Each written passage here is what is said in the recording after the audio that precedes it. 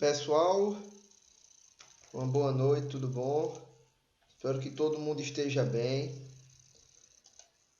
Como foi falado semana passada, nós vamos estar falando hoje um pouco sobre a avaliação primária, que é a abordagem, os procedimentos que nós realizamos quando nos deparamos com algum acidente ou quando acontece alguma eventualidade nas nossas aulas, quando acontece de fato o imprevisto, tá bom? Então, a avaliação primária são os primeiros procedimentos que são realizados antes da chegada do socorro que seja especializado. Nós não somos especializados nisso. Quem é especializado? Corpo de Bombeiros, o SAMU, enfermeiros, tá bom? Então, a nossa avaliação primária vai dar suporte para aqueles que já vão estar chegando, tá bom? E quando nós vamos olhar em termos legais, nós, enquanto profissionais de educação física, nós também temos o dever de agir. E quando nós olhamos aqui, ó,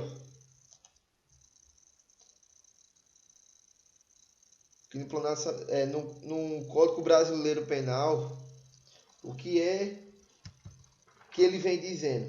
Vocês estão observando a tela, né? Veja aqui na tela, eu estou mostrando aqui o Código Penal. Veja como ele é enorme. Então, o Código Penal, lá no artigo 135, 115,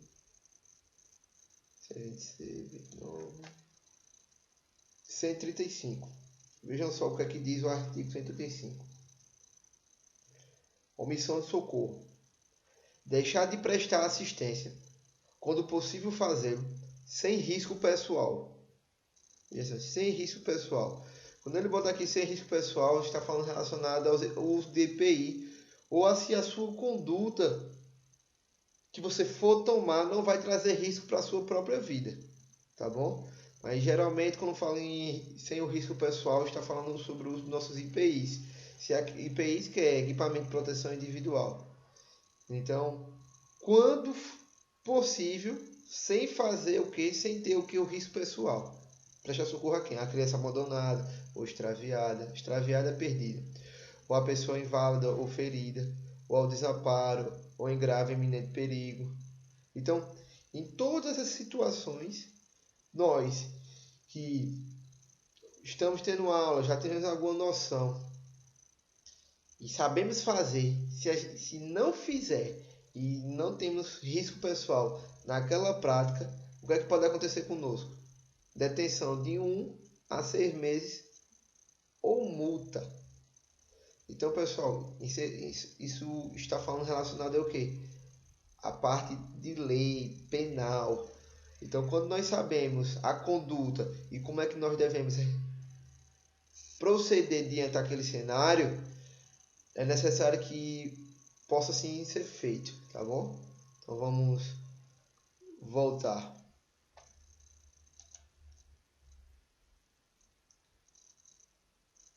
Falamos o que é avaliação primária e sobre relação ao Código Penal Brasileiro, que estabelece lá no artigo 135, que é relacionado à omissão de socorro.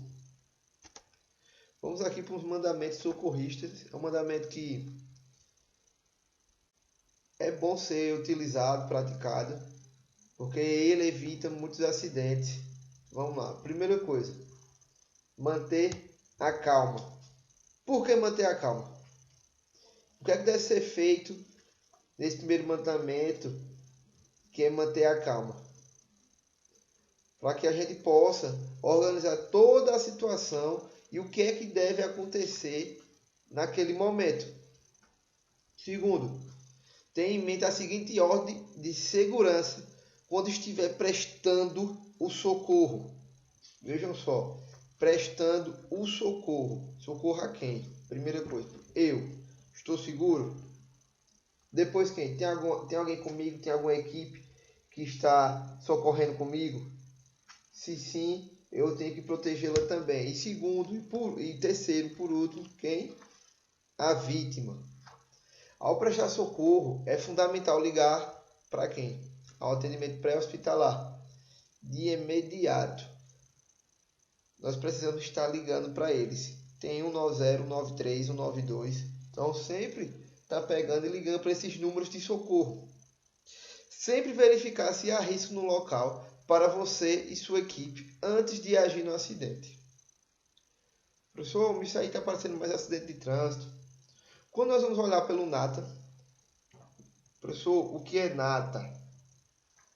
A NATA é um estudo relacionado pela National Athletic Training Association. Isso é dos Estados Unidos, tá bom?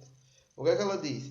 Ela diz que cerca por ano, atletas e alunos, 1 milhão, mais de 1 milhão deles, sofrem acidente na escola e nos clubes. E como a gente sabe que nas escolas, nos clubes, geralmente não tem outro profissional de saúde, além do profissional da educação física, quem é que vai estar no momento lá para resolver essa situação? O profissional de educação física. Que geralmente nas escolas, um profissional de saúde que tem é o profissional de educação, é o professor, o profissional de educação física. Clube geralmente tem alguns, mas grande maioria não tem. Então quem é quem está lá presente é quem? É o profissional de educação física. Então acontecem vários acidentes dentro da escola e nos clubes. E quem está lá para resolver somos nós. Bom, vamos adiantar. Mantenha sempre o bom senso. Mantenha o espírito de liderança, pedindo ajuda e afastando os curiosos. Distribua tarefas. Evite manobras intempestivas. Manobras quando a gente fala em relação à imperícia. Quando a gente não tem perícia para isso. A gente não tem habilidade para isso. Ou de forma imprudente, tá certo? Com muita pressa, que a gente analisa todos os riscos que devem acontecer durante aquele evento. Vejam só, esses 5, 6 e o 7 e o 8, eles se caracterizam em você se manter o quê? Com pulso firme. Por quê? Geralmente no acidente, o que acontece? Pessoas vão lá olhando. O povo quer olhar. O pessoal não quer fazer o quê? Não quer ajudar. A grande maioria vai para lá com o celular para estar filmando. Em vez de estar prestando socorro, vai filmar as dificuldades e as tragédias que outras pessoas estão passando, outras. Então, o que é que acontece? Você que vai estar lá socorrendo, você precisa ficar calmo.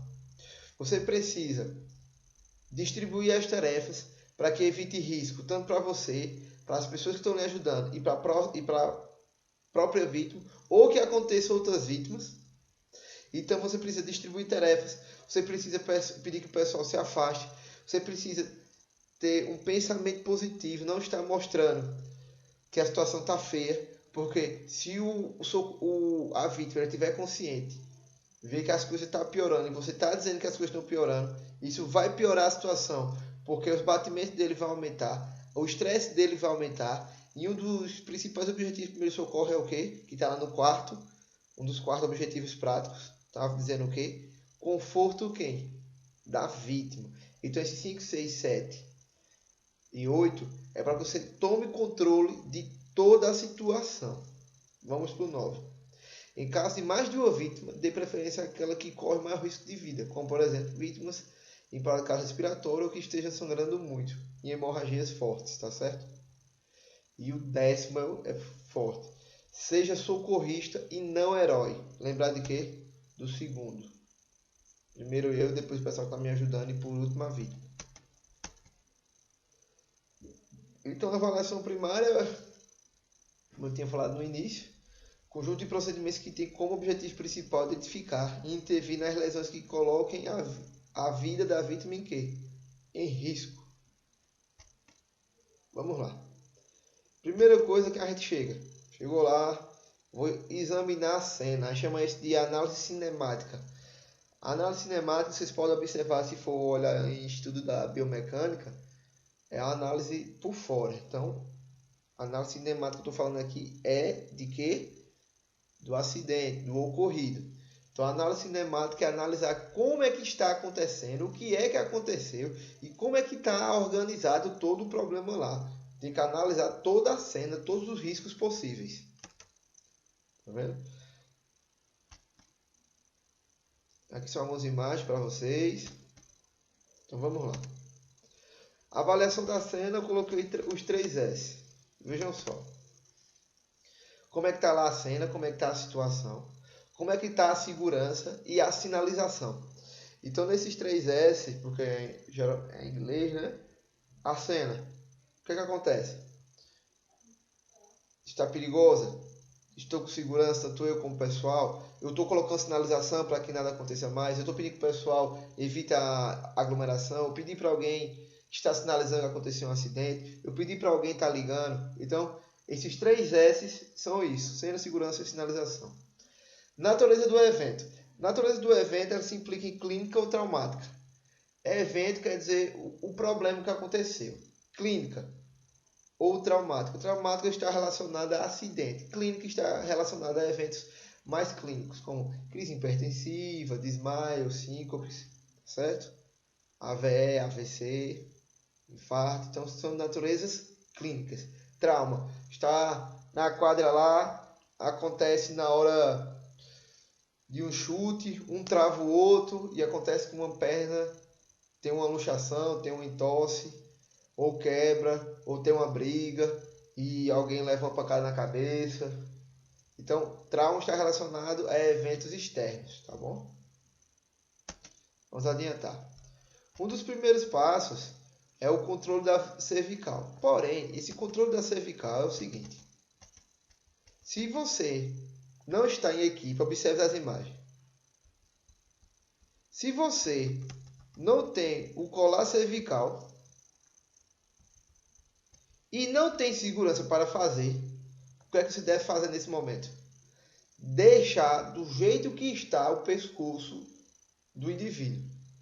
Porque aí nas vértebras cervicais, qualquer dano que aconteça, você pode deixar a pessoa paraplégica ou paratetraplégica. Ou elas têm uma plegia. Então o que acontece? Se não tem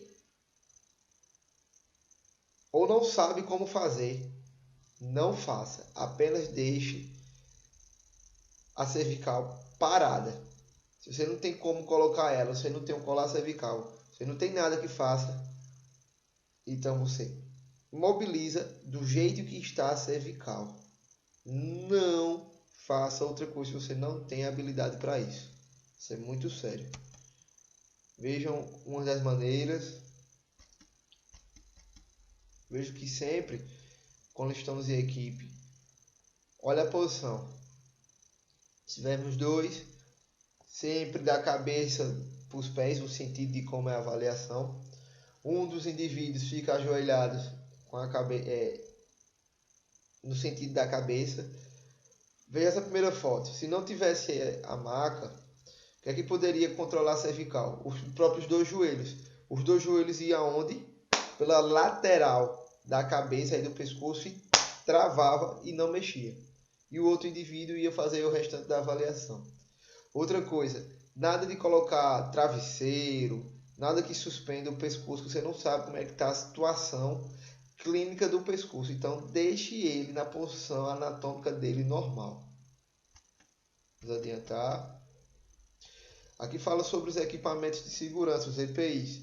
Luva, óculos, avental, gases. O kit de primeiros socorros.